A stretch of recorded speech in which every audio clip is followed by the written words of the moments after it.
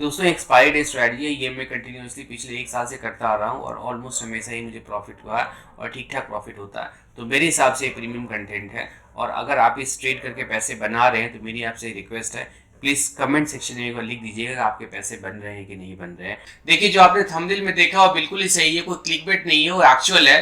देखिए, expiry date strategy है, मतलब आपको आप वीक में कभी भी कर सकते हैं और आपका एक्सपायरी डे के दिन आपको ये क्लोज करना है। इसमें प्रॉफिट की पोटेंशियल आपकी 100 पॉइंट्स है निफ्टी में और 200 पॉइंट है बैंक निफ्टी में।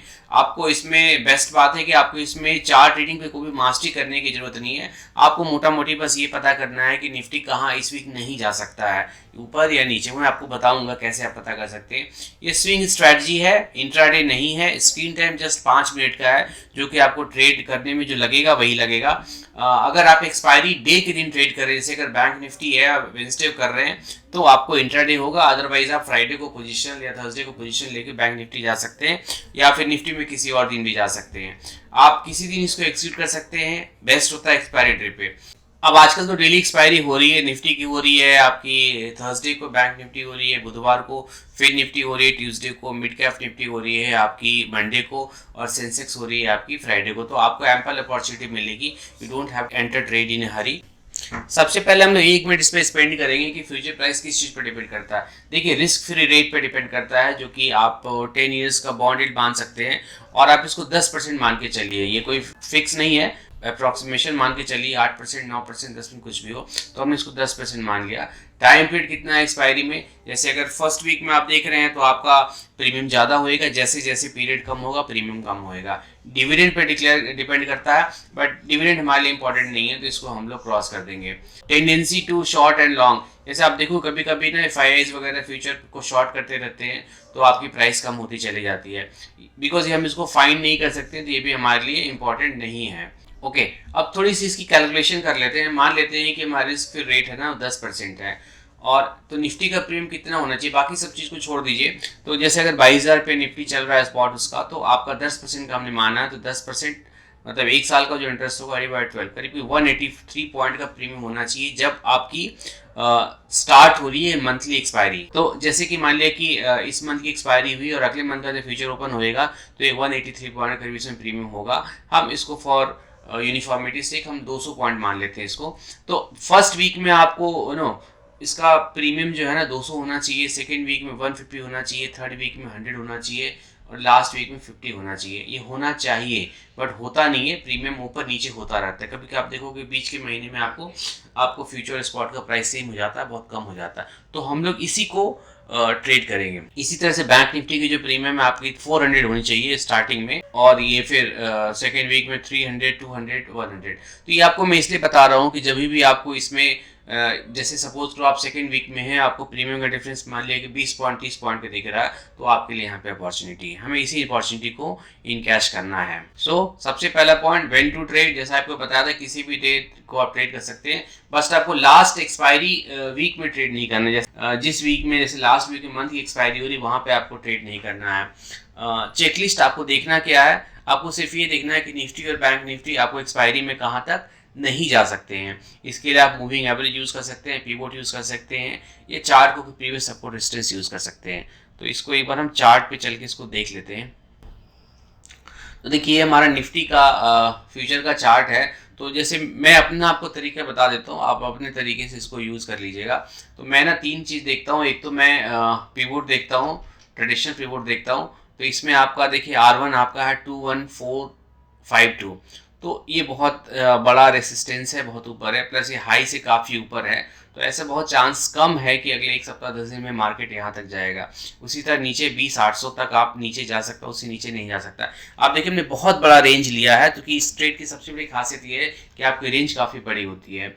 इसमें आप ट्रेडिशनल लगा सकते हैं, आप कैमरे लगा सकते हैं, मैं कैमरेला भी लगाता हूँ, बट कैमरेला जब लगाइएगा ना तो आप इसमें S1 और S2 को अनचेक कर दिए, क्योंकि ये उसकी कोई इंपॉर्टेंस नहीं है कैमरीला में। तो कैमरीला में आप देखिए कि यहाँ पे 21372 पे 21980 है, तो इसमें 980 था, उसमें 800 था, तो हम 800 मान ले सेफ्टी के लिए। ये 338 था, वो 450 था, 450 मान लीजिए इसमें।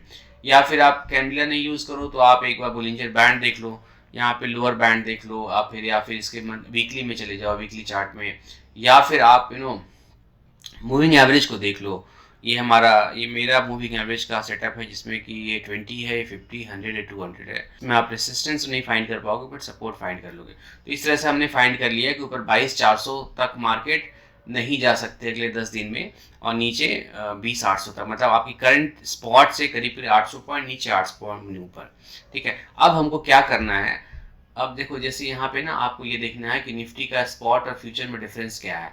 तो आपको देखिए, निफ्टी का जो स्पॉट है ना वो 571 है अभी, जनवरी का जो फ्यूचर है 620 है, और नेक्स्ट मंथ का जो फ्यूचर है तो 765। इसमें देखिए गैप अप्रोक्सीमेटली 200 पॉइंट का है, तो अभी यहाँ पे अपॉर्चुनिटी हमारी नहीं बन रही है। तो इस तरह से हम लोग सारे में देखेंगे, बैंक निफ्टी भी चेक करेंगे, एफए निफ्टी भी चेक करेंगे। तो इस तरह से जिसमें भी हमें ये गैप एबनॉर्मल मिलेगा उसमें हम ट्रेड करेंगे। मतलब अगर फर्स्ट वीक में देख रहे हैं और मान लिया कि गैप हमें 100 पॉइंट का दिख रहा है तो वहां पे ट्रेड करेंगे। ठीक है, तो हमें करना क्या है कि जैसे हमने 22,400 का देखा था, तो हम 22,400 का हम जैसे मंथली एक्सपायरी है ना ये आपकी 25 जनवरी की, तो वहां नहीं जाएंगे हम लोग। आपको बताते हैं कि सेम सीरीज में करना है। तो फर्स्ट फेज में देखते हैं। तो फर्स्ट फेज में आप देखो, जैसे 22,400 है, तो आपको 22,400 का ना आपको पी को खरीदना है नजदीक वाले एक्सपायरी का। तो 22,400 का मान लिया जाए कि आपको 705 रुपये का है। अब देखिए यहाँ पे ट्रेडिंग आवर्स के बाद का है, तो थोड़ा बहुत बिडास में डिफरेंस हो सकता है, तो वो जो भी रहेगा। तो ये 22,400 का 705 का है आपका करंट वीक का, और नेक्स्ट वीक की जो एक्सपायरी है ये 22,400 का अगर आप देखोगे ना, तो आपको 739 है। तो कंडीशन सबसे पहले ये है कि करंट वीक का जो आपको जो प्राइस होना चाहिए पुट का आईटीएम का, वो नेक्स्ट वीक से कम होना चाहिए। और हमें क्या करना है, हमें करंट वीक को बाय करना है और नेक्स्ट वीक को शॉर्ट करना है। तो यहाँ पे देखिए हमने क्या किया कि 22,400 पी फर्स्ट फरवरी को हमने बाय किया है, और 22,400 8 फरवरी को हमने सेल किया है ना। और आप थोड़ा सा एग्जीक्यूट करने में ध्यान रखिएगा कि लिमिट ऑर्डर एग्जीक्यूट कीजिएगा। बिड आस्क में डिफरेंस काफ़ी ज़्यादा होता है, क्योंकि लिक्विडिटी आपको बैंक निफ्टी और निफ्टी में तो मिल जाएगी, बैंक निफ्टी में थोड़ी कम मिल सकती है, और बाकी जगह तो बहुत ही कम मिलेगी। और अगर फ्यूचर प्रीमियम आपको कम मिले तो आप इसको लार्ज क्वांटिटी में ट्रेड कीजिए, उसमें श्योर शॉट प्रॉफिट होता है। देखिए होता क्या ना, जैसे हमने 22,400 का लिया है, तो अगर ये आपने बाई किया है तो ये कहीं भी 22,400 से नीचे एक्सपायर होएगी, तो इसमें आपको कुछ ना कुछ वैल्यू मिलेगा। और चूंकि ये सेल है तो इसमें आपको कुछ ना कुछ प्रीमियम गलेगा।